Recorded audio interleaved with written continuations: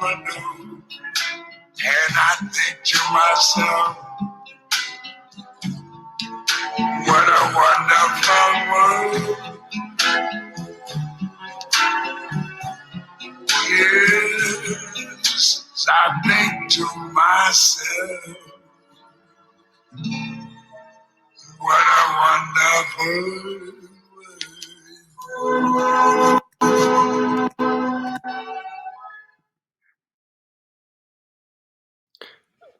Oh, hello there.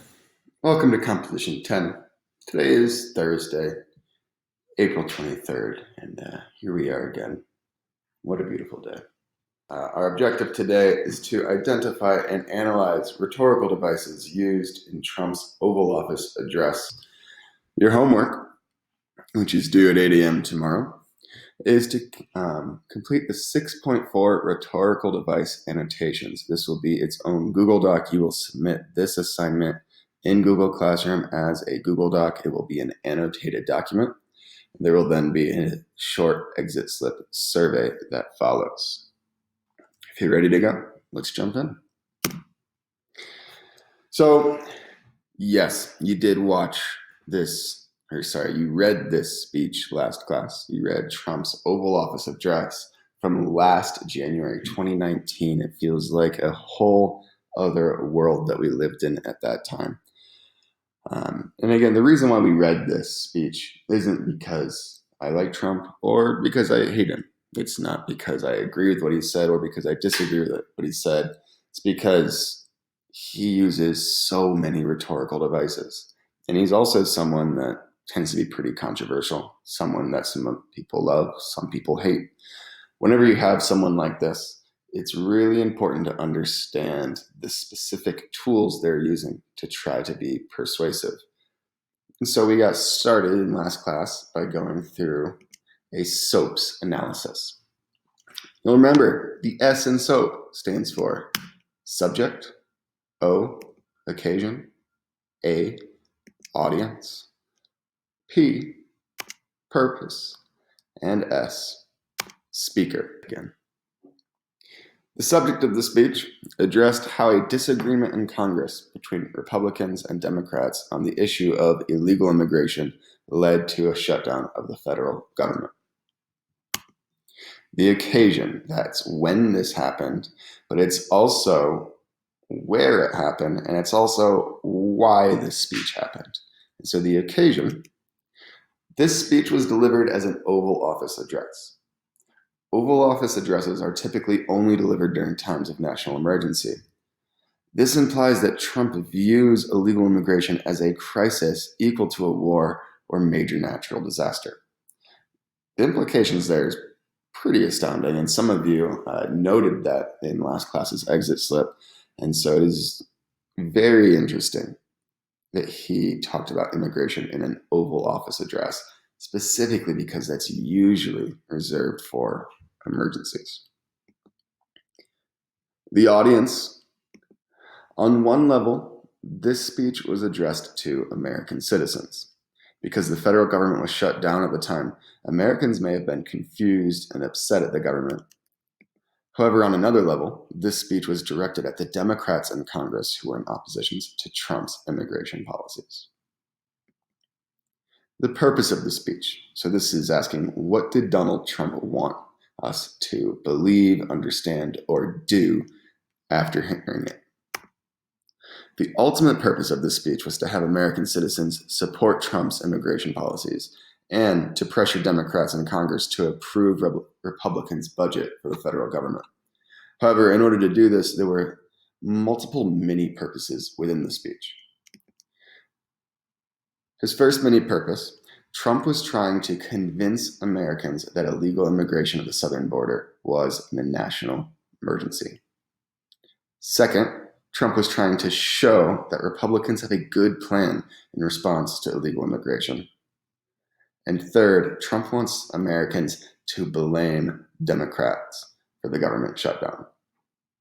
Some of you in your exit slip last class asked which aspect of SOAPs is most important, and it is the P. This purpose section is most important. Today, when you're analyzing rhetorical devices, you want to think, how is Trump using rhetorical devices to meet these three goals? To try to convince Americans that illegal immigration is an emergency, to try to show that Republicans have a good plan, and to make Americans blame Democrats. Last, the S stands for speaker. We don't only want to know who is speaking, but we want to know about the person speaking. We know Donald Trump is a Republican. We know during the 2016 presidential election, one of the positions that he campaigned on was his strict immigration policy, where he infamously claimed that he was going to build a wall between the United States and Mexico. Knowing this gives us an interesting insight into what type of person is giving this speech. So with SOAPs in mind, we've analyzed the rhetorical situation, and now we're ready for today's task, which is to specifically analyze rhetorical devices that he used to accomplish his purpose. Today, you're basically going on a rhetorical device scavenger hunt. I think you're going to love it. You're going to reread Trump's speech and annotate it for rhetorical devices. This slide here presents a checklist of all of the rhetorical devices he uses. He definitely uses more than this. However, these are ones that he definitely uses. If you have questions on some of the definitions or examples of these rhetorical devices, you can check the 6.2 document. That's the document we used last Thursday in class for definitions and examples. There are on this list 4 rhetorical devices, however, that are not on that 6.2 document. So I'm going to show you what these mean, and you can add these definitions to that list. And so blame. Blame is not actually a official rhetorical device, but he does use it as a rhetorical strategy here. Blame is when you assign responsibility for a fault. Another rhetorical device that he uses is expert testimony. Expert testimony is a citation of information from people recognized for their special knowledge of a subject. When you hear this, you should be thinking of ethos or credibility. So expert testimony is often a rhetorical strategy that people use to try to make their argument more credible by showing that experts have provided this information. Another rhetorical strategy that we see here is the infamous rhetorical question. Rhetorical question is a question that's asked to emphasize a point with no answer being expected. And then thirdly, statistics. Yes, statistics can be a rhetorical device. Statistics are when a quantity that is a, and you can actually add rows to this column to add these rhetorical devices in. So if you go to Format, Table, Insert Row below, you can add another row. So I could put lane. Type my definition in. If you want to pause and go ahead and add these rhetorical devices to your 6.2 document, that's a great idea.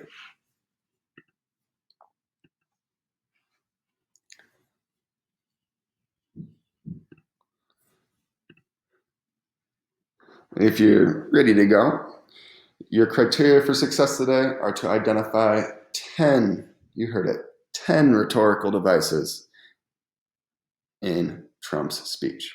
For each rhetorical device, you need to 1, define the rhetorical device, 2, explain how it is being used, and 3, analyze its intended impact on the audience.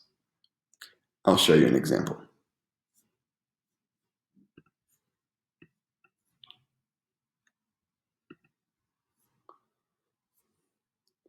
And so you're in your 6.4 document.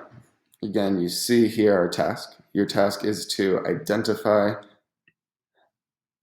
and analyze Trump's use of 10 specific rhetorical devices by using the Add Comment tool. The Add Comment tool, you'll see when you highlight something, a little Add Comment pops up. Click the Add Comment, and you can Add.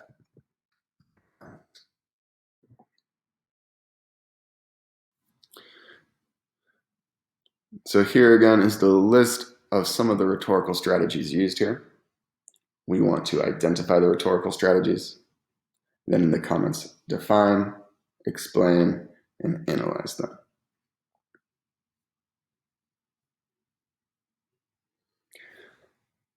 On page 2, we have the speech.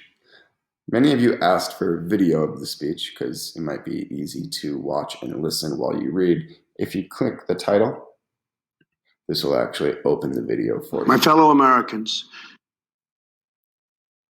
If you do choose My to fellow Americans, watch the speech, tonight I am speaking to you because if you do choose to watch the speech, know that the text I've given you is abridged, which means not all of it's there. So whenever you see a ... that means I've cut some of the speech out to keep the assignment shorter for you.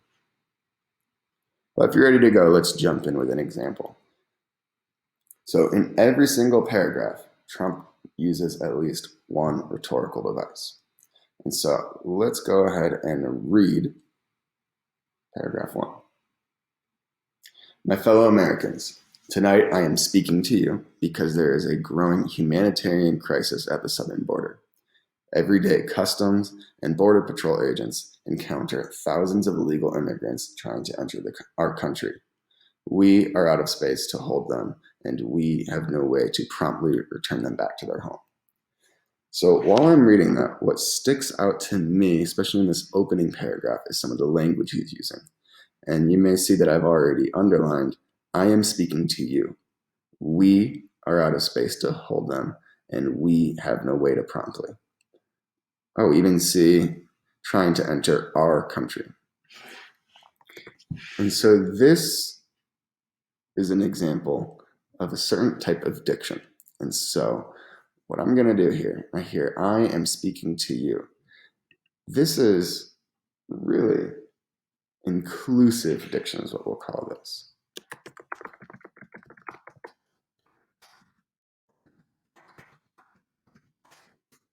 Note how when I'm talking about diction, I don't just say this is an example of diction. I want to say what type of diction we have here. So here we see an example of inclusive diction.